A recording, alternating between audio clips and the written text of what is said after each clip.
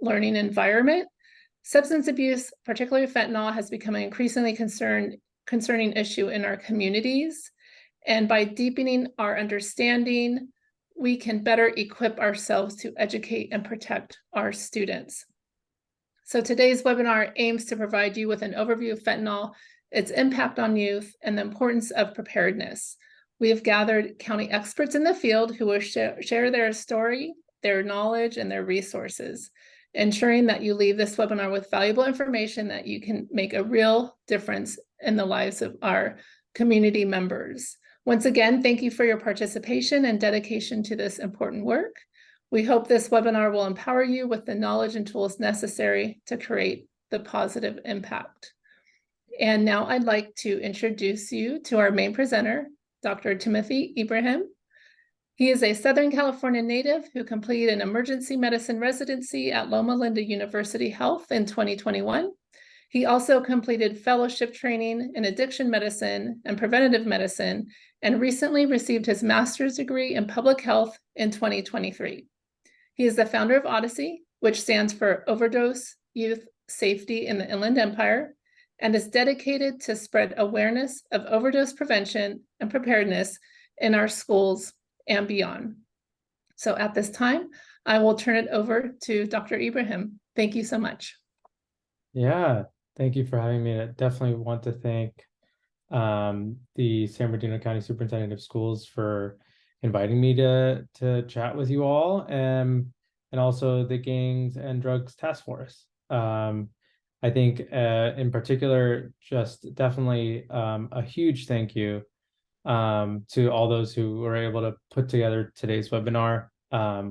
It has been a little bit of a project, and definitely appreciate the opportunity to, as was mentioned, to clue us all into a really important issue.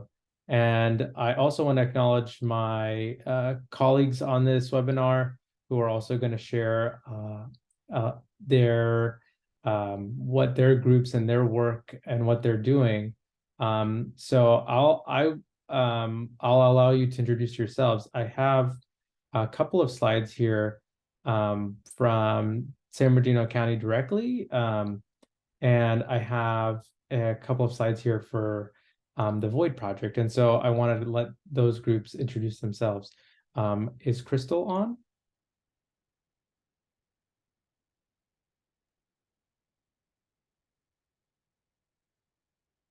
I think we're having a hard time hearing you, Crystal. Can you hear me now? Yes. Okay, great. Hi, my name is Crystal. Would you like me to do my segment now? I'm sorry. Or just an introduction? Yeah, if you think that's so, my understanding was that we were going to have that first. But if you'd like to do it later, that's fine too. No, that's totally fine. Sorry, I wasn't too clear. But yeah, my name is Crystal. Hello, everyone. Crystal Montejo. I'm a health education specialist too with San Bernardino County Department of Public Health. I lead the Narcan distribution project within San Bernardino County of Department of Public Health. And essentially, I go out into the community and I do presentations as well as outreach events to just educate on Narcan, what it is, how it works, do a demonstration. And then I do distribution at the end of my presentation or outreach event. And this is something I'm available to do in San Bernardino County for essentially any organization that reaches out to me. My contact information is here. That is my email and number. I would love to connect with anyone who is interested in having a presentation on Narcan or would like me to attend an event where I can distribute Narcan. Incredible. Thank you so much. That's an incredible resource. And Crystal, if you don't mind, I think I'll have you also just rehash a little bit of that at the end once we've kind of gotten into a little bit of like the nitty-gritty about what we're trying to talk about today, because I think it'll really hit towards the end too. And then I'll also introduce Steve Filson, who I think is the co-founder of Stop the Void, and I'll have him introduce himself. Well, thank you very much, Doctor. Again, my name is Steve Filson. I'm the Secretary Treasurer of Void, Victims of Illicit Drugs. Also joining us today is our president, Jaime Puerta. You won't be hearing from him. You'll have to suffer through my presentation. But Void was formed in June of 2021 as a advocacy program dealing directly with education and awareness of illicit fentanyl and what it's doing to our communities. Our project is simple. We travel anywhere to make a presentation to anyone. Most particularly, our target is school-age children, beginning at around middle school from grades 6 through 12. It's not rocket science. We give a presentation that is highlighted by our video, Dead on Arrival. We then provide a PowerPoint presentation and then a question and answer session with the attendees. We've had overwhelming success. All the attendees and the audiences have typically been riveted by the information that's provided. They learn something. And when dealing with our kids, we try to change the narrative away from the word overdose into one of poisoning. Most of these kids are not intentionally ingesting a product that has fentanyl. They're being deceived, and in being deceived, they are being poisoned. And I think it gives a little bit stronger narrative to the kids, understanding that it is actually a poison and you will die if you get enough of it into your system, obviously. It happened to my family. My daughter, Jessica, was 29 years old. Sadly, she and her boyfriend, Nicholas, were partying. They ingested some cocaine that, unknown to them, had fentanyl added to it, and were found dead inside their residence in Redlands back in 2020. Again, our focus is on education and awareness. We think that is the initial and most effective method of harm reduction.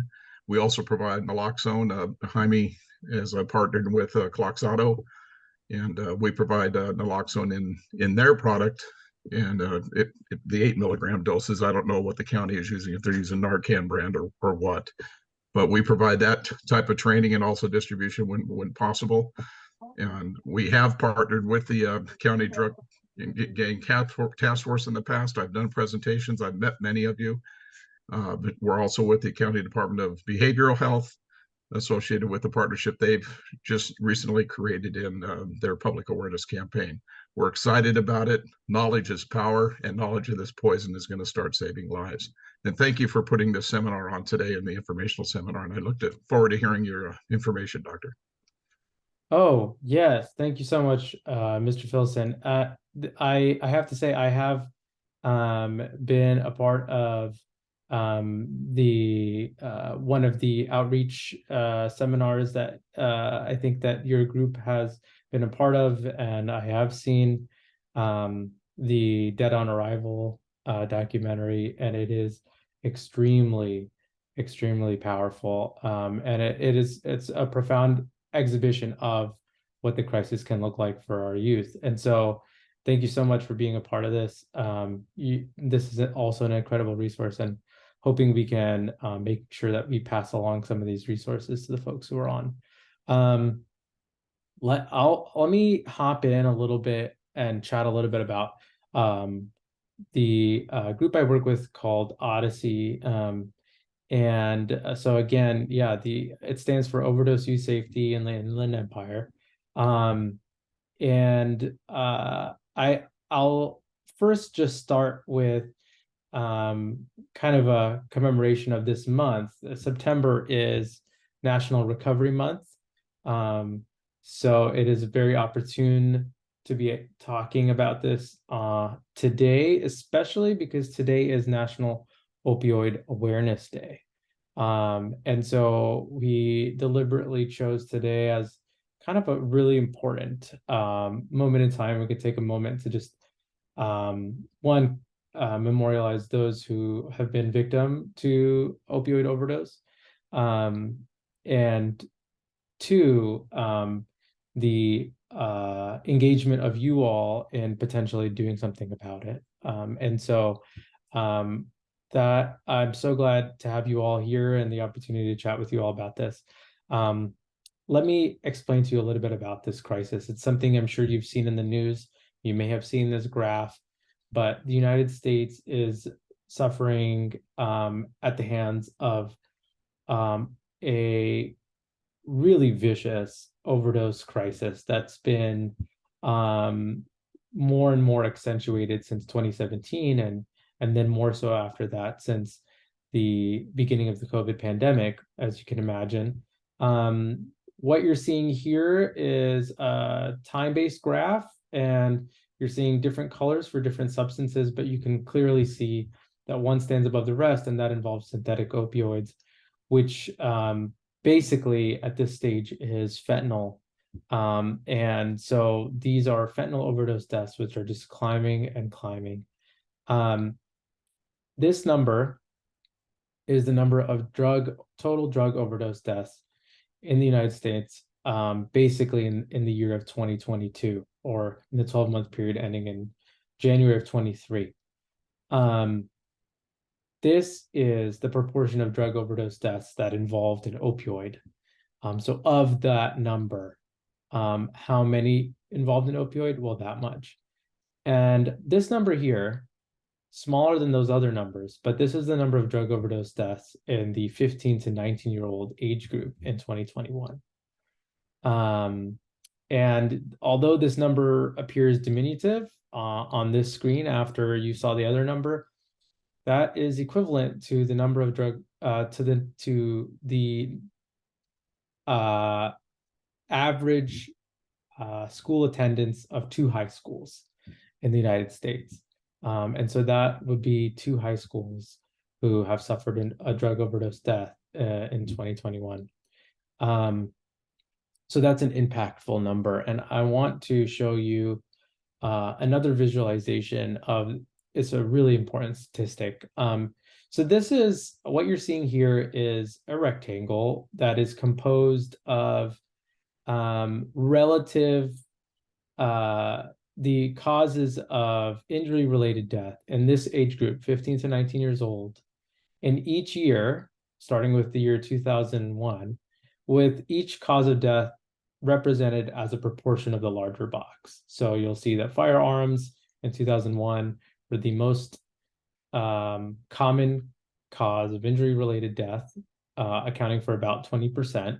And you'll see drug poisoning at the bottom left accounted for about 12.9%. But I want you to watch that bottom left box and see how things change over time. And so you'll see that this grows. And then in 2006, that drug poisoning overtakes firearms as the most common cause of injury-related death in this age group. And then from that point onward, we'll see just a ballooning of that number. Now more than a third of accounting for more than a third of those deaths. And if we think that in California, this isn't a problem, this is the crude overdose related death rate in this age group. And you can see that in California, the blue line, that we exceed the average in the United States. And so it is something that we are forced to pay attention to in our state and in our county. And so this is not in that age group, this is total number, but you'll see that in San Bernardino County, we had 266 overdose deaths in 2019, whereas in 2021, there's been more than double, 552. And this is the most recent available data, but this, I can tell you based on the data that I have, that this number has also increased since that time. And so this, again, this is in all age groups, but you're seeing here a bunch of numbers. And so let me break it down for you. What we're looking at is the percent increase in overdose deaths. So I'll show you from the prior slide that percent increase was about 108%. So just over double. And so of the larger California counties, that is counties that have more than 500 total overdose death in 2021, San Bernardino County was second as far as the largest increase in overdose deaths. And you'll see that our neighbors in Orange County, San Diego, Los Angeles, and Riverside are not far off, but all of us are above the mean in the state of California. You'll see this is the age-specific overdose death rate, and this is in the 15 to 19-year-old age group. This is among larger California counties, or those with more than 10 overdose deaths in that age group. And you'll see that San Bernardino County and Riverside are right there at 3 and 4, with some of the highest overdose death rates in this age group, and something to be very mindful of. Almost, we're approaching double that of the overdose death rate of the state. And so it goes without saying that Inland Empire teens are overdosing, and there's been a 3 times increase in teen overdose deaths in the IE since 2019. We've seen 9 times increase in overdose related emergency room visits since 2019, and it is the #1 accidental injury related death cause in teens in since 2020. But here's something that's really important to know about overdose as a public health issue. One, it's common. And so you'll see this as survey data from national survey data, but we broken down by state. And you'll see 13% of California high school students said that they had taken a prescription pain medication without a prescription or differently that a doctor told them to use it. And that's not including others who are not currently using prescription medications and are using something less regulated. And but this is something that's unique, that it's both preventable and reversible. And these are 2 really important things that we're hoping to tackle today as important pieces of the puzzle when we're talking about how to sort of reverse this public health crisis that we're having. So 1, overdose is preventable. We can treat opioid use disorder, we can treat addiction, we can treat social issues. These are things that we can tackle. But it doesn't frequently happen. We don't identify addiction or opioid use disorder enough in teenagers. And when we do, we don't frequently treat them with the best available treatments, which include medication. And so that is one piece of the puzzle. The other piece is the reversible. So there are not that many times where we can completely reverse a poisoning, as Mr. Filson said. This is something that we can completely reverse using a medication called naloxone. This comes as many different brands, or I should say a few. There's Narcan, which is probably the most well recognized. There's also Cloxato, as Mr. Filson mentioned. These are antidotes to an opioid overdose and can reverse an overdose such that the person may have not been breathing before, but is breathing now. And we'll talk more about that. So I want to introduce the reason why we feel like we need to be talking to all of you, beyond the fact that teenagers are certainly becoming victim to this problem. One is that there have been instances, and I'm sure some of you are aware, there have been instances of overdoses on school campuses. And so there are news stories to that effect. We've had several reports kind of reach our doors to that effect. We've had patients in the emergency department who had been victim to overdose in a school setting. But 2 is that we feel that educators and school staff should know how to respond to a campus overdose should it happen. And there are more than one reason for that. But specifically, why should educators, teachers be trained on how to respond? Well, one, they're already familiar with emergency response procedures like earthquake safety and active shooter drills. But they're also, for the vast majority of the school day, in the closest proximity to students. So they are most also familiar with the classroom setting, and they have the highest prevalence of all staff designations on campus. And so what we have seen, not only in theory, but we've also seen in practicality, is that educators are frequently faced to be the first responders to an overdose on campus by teenagers and by other school staff. And very frequently, they are the least likely to be trained or know how to respond.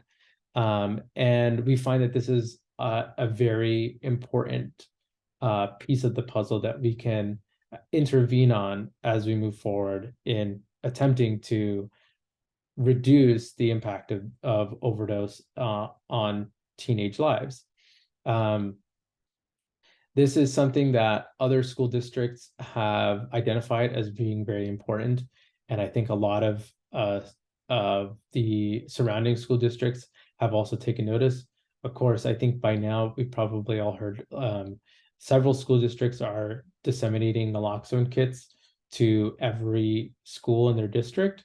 And this is an excellent step forward, and I think it should be commended because it's something that I think takes into consideration each person's safety on campus and also doesn't let other sort of biases get in the way. That being said, the next step would be, yes, we have the kits, but now what do we do?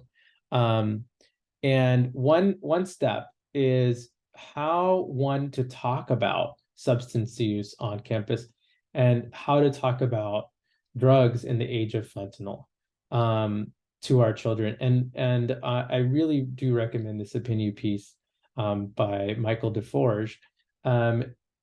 Here, basically, and I'll boil it down for you, is to just be honest and straightforward with our students, with our teenagers about substances and what it can do. And I know Mr. Filson is on board with that, being that the going message with Dead on Arrival is that fentanyl can poison you, substances can poison you, you can die. And it's very important to present it that way, but also to understand that substance use happens, and that, you know, if that's happening, then it's okay. We can manage, we can treat it before it gets to the point of an overdose. But I think, and this is where I'll include the second piece of why I think it's important that school staff is trained. It's that I think when there is a lack of information or knowledge about a subject, it introduces the opportunity for fear. And when there's fear, there's usually a closed door. And so I find that many educators, before knowing about what we're trying to do here, they're very concerned about talking about substances to their students. They feel that many times that this could encourage them to use it, or that we're condoning the use of substances. But really what we've learned is that the more straightforward and open we are about talking about substances, the more likely that someone will go to a teacher if they're having an issue. And that's what we really want, is to open those doors, get folks into treatment. And the more knowledge that I think that educators, that school staff have about the problem and how we're trying to resolve that at a systemic level, the more likely they're going to be able to open that conversation with their students. Just as an anecdote, I had a high school teacher when I was in high school who was my art teacher, and on Fridays she would high five everyone out the door saying, "Don't drink and don't do drugs." And you know, at the time it just felt like, okay, yeah, don't drink, don't do drugs. But I think I look back now and I think, well, if someone was drinking or using drugs, would they have gone to her? Would they have talked to her? Probably not, you know, and I think it was because she kind of closed that door when she said not to, you know. And so the just say no era, I think, is gone, and I think we're moving to an era of harm reduction, where middle school and high schools are now being targeted as potential areas for where we can expand our knowledge and expand our preparedness. And this is one way where there is going to be some state policy developments that actually require schools and school districts to carry naloxone, but also to have an overdose preparedness plan. And so you're seeing here a couple of bills that are currently being passed around both the House of Reps and the Senate, that basically respond to those needs. And you'll see in the second point under the on the right here that will require schools to develop a comprehensive school safety plan for opioid overdose prevention and treatment. And so this is hopefully where we can intervene and be of help. So Odyssey, our mission is to prevent morbidity and mortality of substance overdose in Inland Empire youth by empowering school educators and staff towards recognizing and responding to overdose events. And so I want to highlight here that we're hoping to both prevent overdoses and respond to them. And that we're looking at overdoses in youth specifically, and our goal is specifically towards school educators and staff, and that they are trained in recognizing and responding to overdose events, not as a necessity for their, you know, for their job and for their workplace, but as a response to what has already happened and in a way to prepare them towards potentially saving someone's life. So our vision is to promote the safety of at-risk youth of the Inland Empire at school and at home through overdose prevention and harm reduction. And so I'll tell you a little bit about our program. We do school outreach, and this is mostly in person, but can be also done in a setting like this. So we are flexible with school preferences. It comes at no cost to the district, to the schools, to the educators, to students, parents. There is no cost involved. The trainings are held by volunteer trainers. So this will include those who have experience, expertise, and ethos in emergency response and overdose reversal. So you can imagine paramedics, firefighters, critical care nurses, emergency nurses, physicians, resident physicians, and medical students who have experience with emergency response and specifically with overdose, and who have been trained to that end.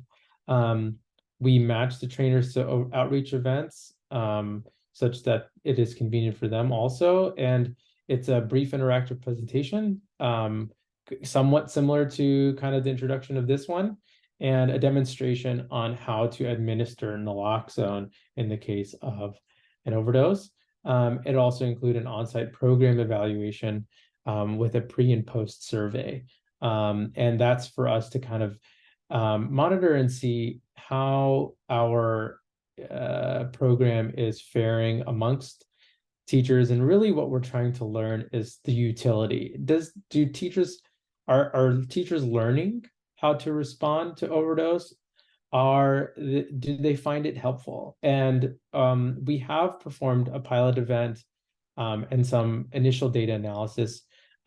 This all started actually after an event at Fontana High School in October of 22. And if one of my colleagues from Odyssey, Andre, is on this call, I would encourage him to just raise his hand and get commended. But we held just an initial event on overdose response at Fontana High School, and it was with over 100 educators. We had a rotating arrangement where there were 15 to 20 educators in a room at a time, and we cycled through a room every about 20 minutes or so. We had a quick presentation, naloxone demonstration, and we encouraged folks to do the pre-survey ahead of time and the post-survey afterwards.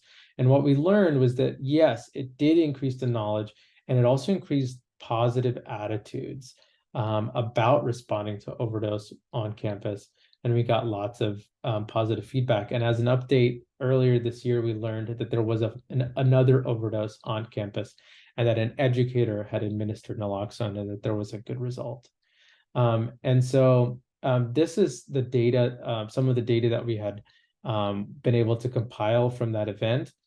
And so I think it really speaks for itself. 17% had witnessed or experienced a drug overdose in their life. And this is not just on campus, but in their social setting as well.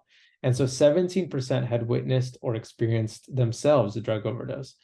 5% had ever received overdose response training, and 0% had ever administered naloxone in a real or simulated encounter. And so you'll see that the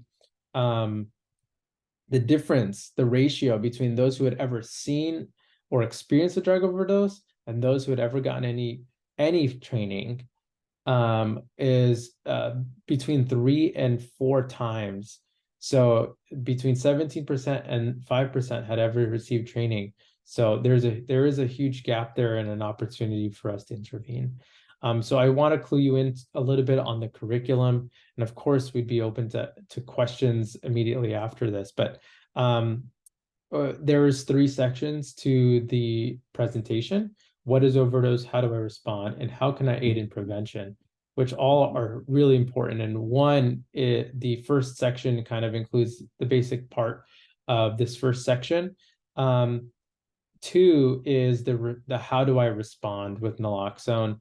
How do I give rescue breaths if I've been previously trained to do that? And then what is the recovery position, and how do I activate the emergency response system? And of course, with each school, if there are protocols already in place for overdose response, we will we incorporate that information in the training. And lastly, how can I aid in prevention? Really, this is where resources come into play, and connecting them to resources similar to the ones presented by Ms. Montejo and Mr. Filson. So I want to also talk about and introduce the extremely dedicated folks that I work with. And this is our steering committee at Odyssey. I myself, former assistant professor of emergency medicine at Loma Linda. I've since relocated, but continue to work in this work. And I work very closely with Dr. Downs, who is an EMS trained, emergency medical services, pre-hospital setting trained emergency physician at Loma Linda. We work with an extremely dedicated substance use navigator, Wendy Martinez, who's very involved in the Inland Empire opioid overdose response, and is always open to helping folks get connected to treatment specifically. And Andre Ike, who is a program specialist and a community educator on all things, including Stop the Bleed, and of course, overdose response and reversal education. And we could not have done what we've done today without the help of Tammy Fan and Emmeline Simones, who are both incredibly dedicated research coordinators here in our emergency department at Loma Linda. I will encourage you all to connect with us. This QR code gets you to our website. I wanted to open the floor for questions right off the bat, and then maybe we can get into a little bit of nitty-gritty as we get some of the questions answered on how exactly to move forward. But I did want to address that. I know that you all are guiding administrators for your district and for your schools. And we hoped that our webinar today would be educational about the subject, but also to be practical in the sense that we could kind of open the floor for discussion about how best we can sort of proceed with engaging schools in our program and being a part of what you all do in your county. So with that, I'll open the floor if there are any questions.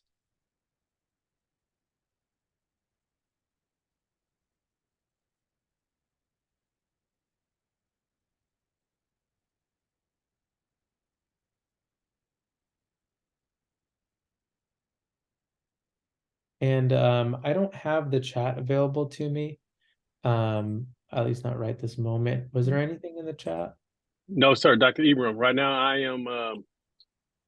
I have put into the chat for folks to raise their hand, and I'll open up their mics if they have questions. Wonderful. Yeah.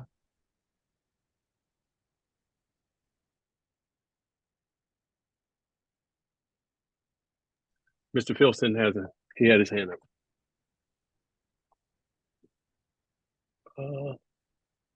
Let me get you, Steve. I'm gonna get you right now.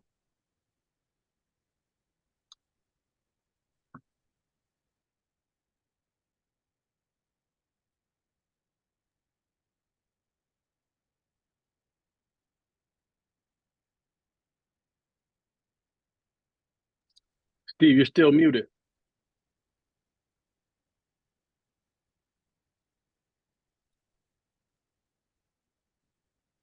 Okay, now am I good? Yes, sir. Okay. I want to acknowledge Dr. Abraham, Andre Ike. If I'm not mistaken, I believe Andre is the instructor that comes to the Public Safety Academy, the charter school that I work, and conducts the drug awareness program with the students that have been referred to them for that purpose. If anybody has not had the opportunity to participate in that program, I can only urge you to do it as an intervention for our kids, and it's been very effective. And I know Andre's here, and I just wanted to provide you those kudos, Andre. Hope to see you again this year. You talked about earlier also, Dr. Abraham, the moving beyond the just say no statement associated with education and awareness. You know, we had always taken that out of there too, until we finally put the perspective together that experimentation with the narcotics in this particular day and age with street drugs or anything else really sort of provides a further emphasis to you have to say no. You know, you don't have the opportunity, as in my generation from the, you know, growing up in the 60s last century and things such as that, experimentation was common. And as we've evolved through the, you know, the last century now into the 21st century and the introduction of fentanyl, it truly provides the truth to the adage, fentanyl changes everything, and it's in everything, and you just can't experiment. And that's where we provide the emphasis on, hey, it may be a corny statement and a cliche of the past, but it really does have certain emphasis in this particular time and date due to you just have to say no because of fentanyl. Absolutely. And so the perspective is definitely well taken. And I think it comes from your experience, and also the fact that, you know, a small amount of fentanyl can be potentially lethal. And I know that you know that firsthand. I think when I say when it comes down to just say no, it's the just part. Right. You know, the just kind of, I think what I hope to emphasize by moving past the just say no is to say that, you know, to recognize that substance use happens, and that experimentation is potentially lethal, but it still happens. And so instead of closing the door at just say no, it's to open the door about the discussion. And so what I mean by that is for folks who haven't experimented yet, and for folks who are currently experimenting, it's important that they have the ability to seek out treatment. The just say no message sometimes comes across as, well, you know, folks don't understand, and it's cool, right?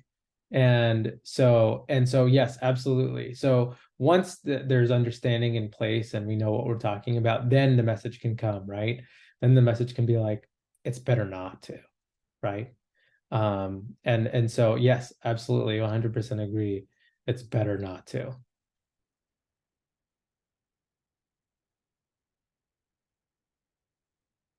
I think Mr. Filson had a response. No, not a response to your answer. Your answer was perfect. Your answer was great. What I'm wondering, when you talked about medically assisted treatment, particularly for adolescents, teenagers, and what the like, what is the obstacle to people seeking treatment? Do you have any idea why? Because I know there's adequate potential for medically assisted treatment available. Why the hell aren't people taking advantage of it? That's a wonderful question, and it's loaded. So I'll tell you a couple things. One is there are trends towards more and more utilization of medication assisted treatment in the adolescent setting. That said, it's still pales in comparison to the relative treatment ratio in adults. And even then, right, like in adults, we're still not treating 100% of those who require treatment, of course, right? So the trends are positive. It's a question though of what the denominator is, right? So to be more specific, the question is, what we're seeing is that there's a greater trend of involvement in medication-assisted treatment programs for adolescents. But it's hard to say whether that's because there are more adolescents that require treatment, or if there are a greater proportion of those adolescents that are engaging in treatment. It's kind of a harder number. But why is it? Well, there are a couple of things. One, there's always hesitancy on the part of all of the adults in the equation, right? If a guardian or like a non-parental adult knows about the situation, they may not may not come forward with that information unless they feel that the patient, the adolescent, is comfortable with proceeding with like what comes next treatment, right? It may come out more as like a, okay, well, then let's talk about it until, you know, things get better, and maybe by then it's already too late. So that's one. The other piece is parents are hesitant to give their kids medications, especially when that medication is an opioid, right? And most of our treatment that we know is very effective in adolescents and adults is opioid-based treatment, right? So we tend to give opioid agonists. That's not something that parents are always ready to do on behalf of their adolescent. And so there are a couple of pieces there. But finally, and this is something, you know, if Wendy's on the call, I'm sure she would be more than capable of responding to. But there are actually still few treatment outlets for this age group. If you're an adult, there's plenty of treatment options in our county. But if you're less than 18, and particularly if you're less than 15, treatment options are not easy to come by, especially if you're using public insurance, unfortunately. So I would, Mr. Soward, if you're able to unmute Wendy, and Wendy, if you're on, if you're available to answer, I see you're on the list here. If you're able to answer, because I really think that you'd be perfect at answering that question. Hi, everyone. I'm happy to join everyone today, but yes, Dr. Ibrahim's exactly right. There are a lot of treatment centers that are unfamiliar with treating adolescents with Suboxone therapy. And not only the treatment centers, but providers in general, who are either not comfortable with it or not familiar with it because it's mostly used for adults. The other thing is the factor that most of the children who we do find that are using are on state Medi-Cal, state insurance, and then that also is another barrier because providers are really restricted. Medi-Cal providers are really restricted on using certain types of medications for a certain age group. So right now in San Bernardino and Riverside County, I only know of one provider that is treating IHP. They have to have IHP. It can't be straight Medi-Cal, no private insurance, adolescents from the ages of 12 to 18. And so that's what we have right now in our county.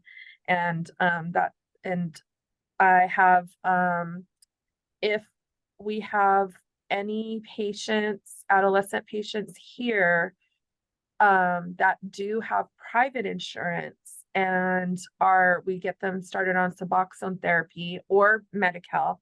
The only treatment center that I can send them to is to Tarzana Treatment Center in Lancaster. So then sometimes the parents are like, that's too far, you know, because they want to be able to visit their child. And so it's just, there's just a lot of barriers right now for Suboxone therapy for patients. Yeah. So there's your comprehensive answer. And so there's still a paucity of that resource. Thank you so much, Wendy. Your expertise is always very much welcome.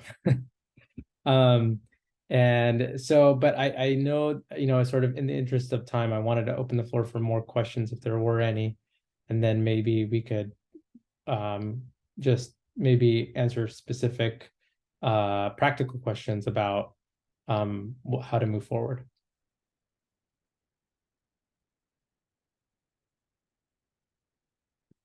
Any of the other folks on the call with a question? Dr. Ibram, we had a couple of people who said some things in the chat, and I'll read them aloud. Miss Australia said, many of the students we encounter that are chemically dependent do not want treatment. I think that kind of spoke. She was speaking to Mr. Filson's question earlier. And Erica wanted to know if she can get, if Wendy could share the provider's info, that provider she was speaking about. She's able to share that, the info. And Sean had something to say here where he says, speaking for myself and an outreach substance abuse counselor here in San Bernardino, I work for Hope the Mission Street Outreach, specifically with unsheltered individuals in the city of San Bernardino. Attempting to assist our participants getting into treatment, they are only able to access treatment through the Department of Behavioral Health, Substance Abuse Referral Center. I have had participants ready and willing to get immediate treatment. However, they must go through SARC in order to be placed in treatment, and they have been waiting for months with no response. And absolutely. And so those are concerns that we all have, I think, about our adolescents. And I know that's something that Wendy is frequently at odds with in that age group. And for all folks who suffer, but particularly in that age group, since the other treatment centers there aren't many. And so yeah, absolutely, the wait times for obtaining treatment can be prolonged.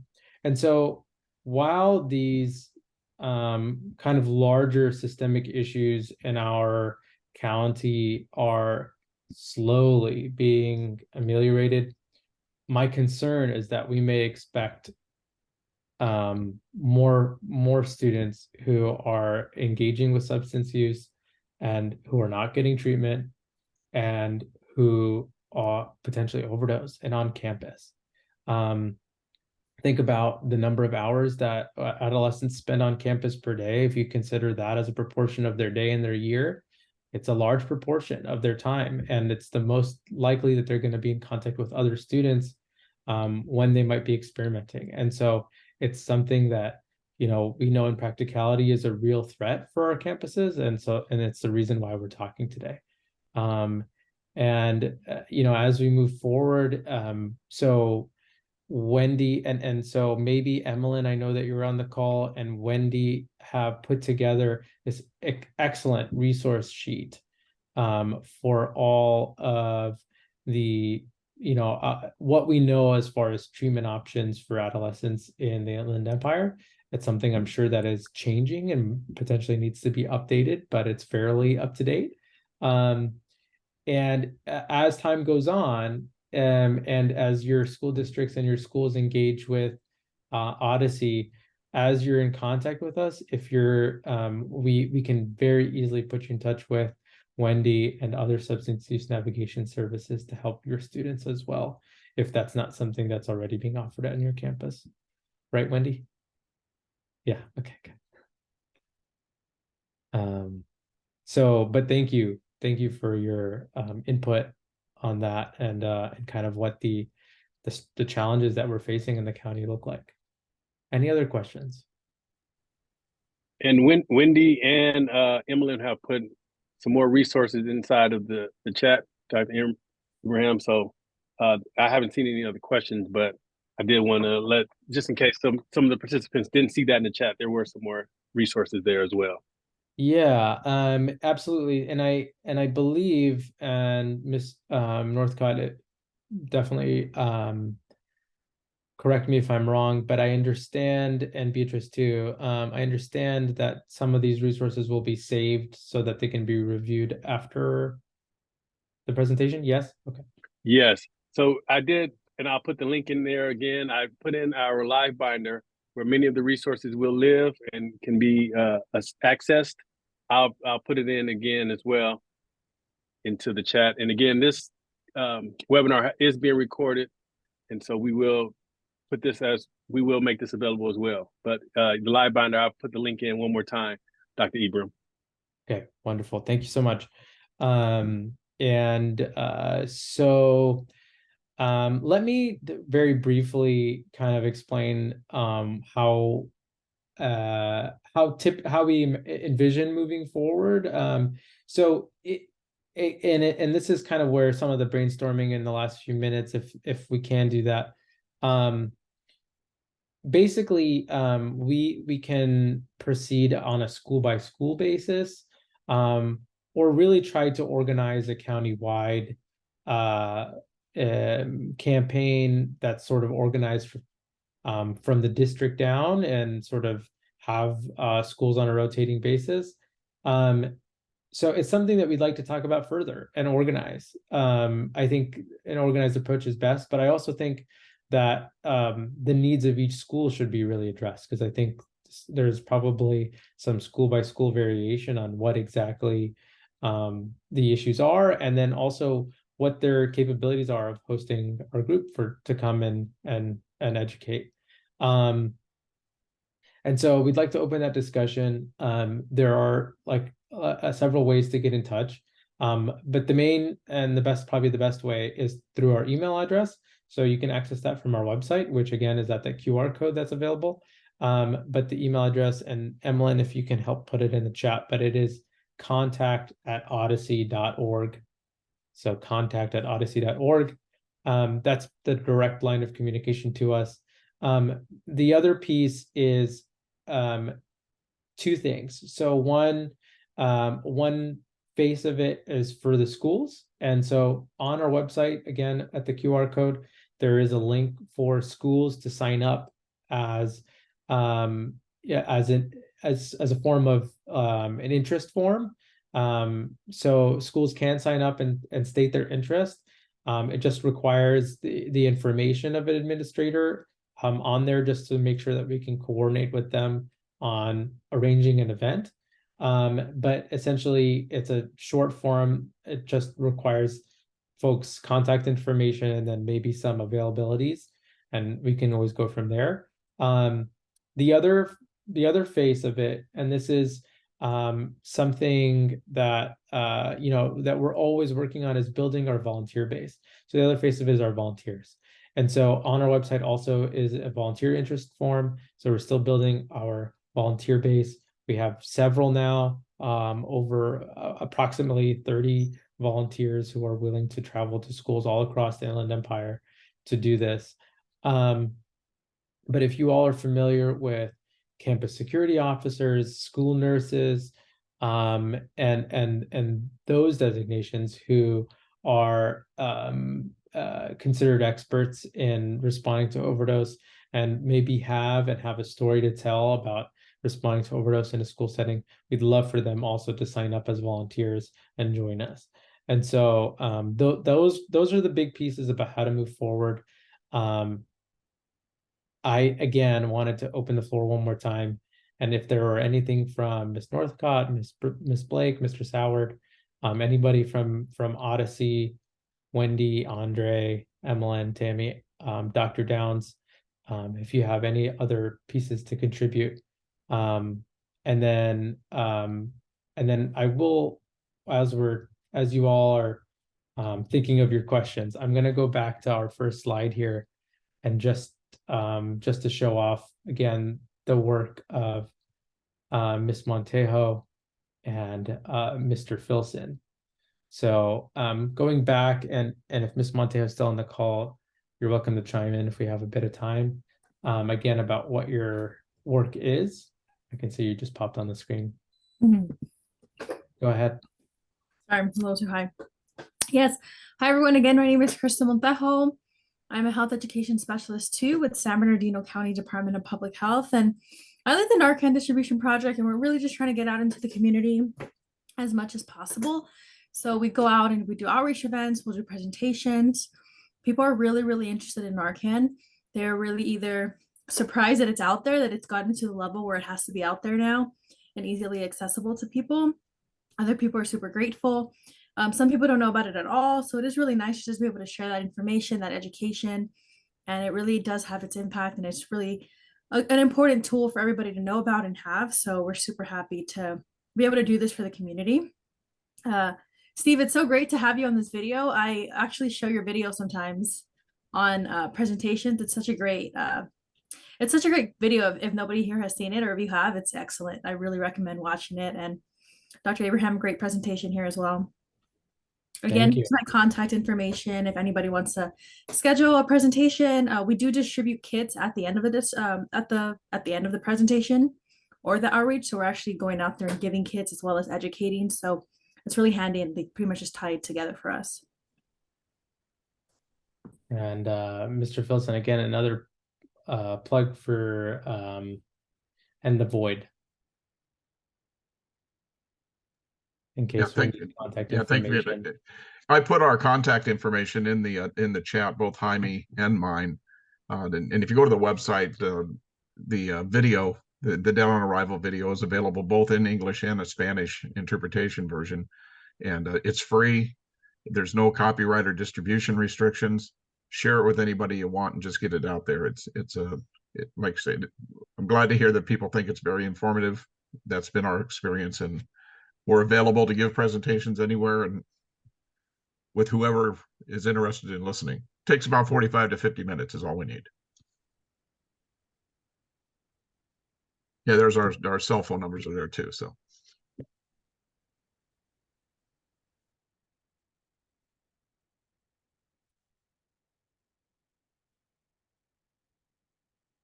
All right. Well, thank you all. Ms. Blake, Ms. Northcott, did you want to close us out? I will, Dr. Ibram. Okay. And I want to first and foremost certainly thank you for your time and your efforts in this in the work that you're doing. Thank you and your team. Mr. Filson, Wendy, thank you all for providing the resources and the information for your programs as well. I want to extend a thank you to our participants in today's webinar. I hope you were able to receive something that gather and receive something that will be helpful and continue to support our families and our students. We will be posting the webinar, giving access to the recording of this. So if you have folks who may benefit from what you've heard today, we will make sure to get you guys this and make it available to everyone. Please fill out I put a link in for feedback. It'll be great to hear from you all so that we can continue to get better and continue to bring things that are going to be useful to our community. Other than that, thank you all again, and we appreciate you all. Have a great rest of your day and be safe.